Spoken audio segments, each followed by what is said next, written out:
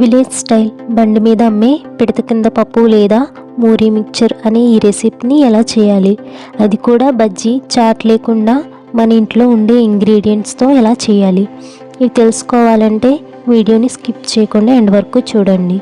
So ఇంకా వీడియోలోకి అయితే వెళ్ళిపోదాం. Let's start our video.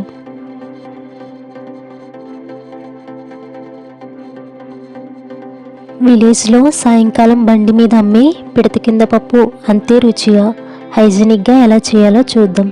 వర్షాకాలంలో, శీతాకాలంలో, ఏ సీజన్లో అయినా నోటికి రుచిగా స్పైసీగా ఏదైనా తినాలని అనిపిస్తే, మనకి టైం లేదనిపించినప్పుడు 5 నిమిషాల్లో దీన్ని తయారు చేసేసుకోవచ్చు.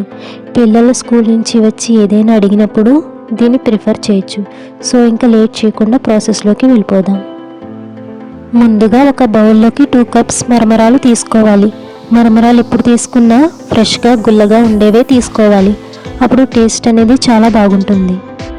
ఇందులో ఒక ఉల్లిపాయని చిన్న చిన్న ముక్కలుగా తరిగి వేసుకోవాలి. అలాగే ఒక క్యారెట్ని చిన్న చిన్న ముక్కలుగా కూడా తరిగి వేసుకోవాలి.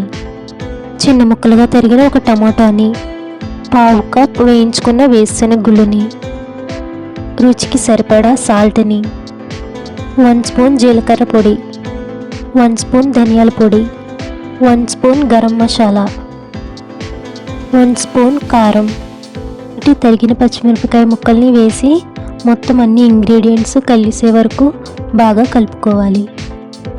వెజిటేబుల్స్ అనేవి మీ చాయిస్ అండి. కీర దోసకాయ కూడా వేసుకోవచ్చు. నా దగ్గర అవైలబుల్గా ఉన్న కూరగాయలతోనే చేస్తున్నానండి. ఇప్పుడు ఇందులో 1 స్పూన్ నిమ్మరసాన్ని వేసుకోవాలి. చిన్నగా తరిగిన కొత్తిమీరని కొద్దిగా వేసుకోవాలి.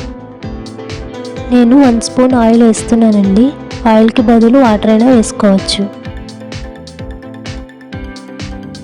ఇప్పుడు చేత్తో బాగా కలుపుకోవాలి. ఎంత బాగా కలిపితే అంత టేస్టీగా ఉంటుంది. ఈ మిక్చర్లో మెయిన్గా ఉండాల్సినవి కొత్తిమీర, వేరుశెనగ గుళ్ళు, నిమ్మరసం కంపల్సరీగా యూజ్ చేయాలండి. దానివల్లే టేస్ట్ అనేది చాలా ఎక్కువ ఉంటుంది. మెయిన్గా మనకి ఈ రెసిపీ టెక్స్చర్ అనేది ఎంత బాగా మిక్స్ చేస్తే అంత బాగా వస్తుందండి.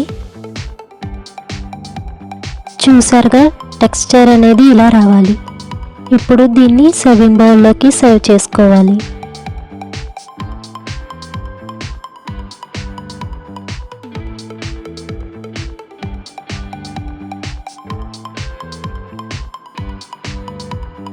ఇప్పుడు దీనిపై కొద్దిగా కొత్తిమీరని చల్లుకోవాలి.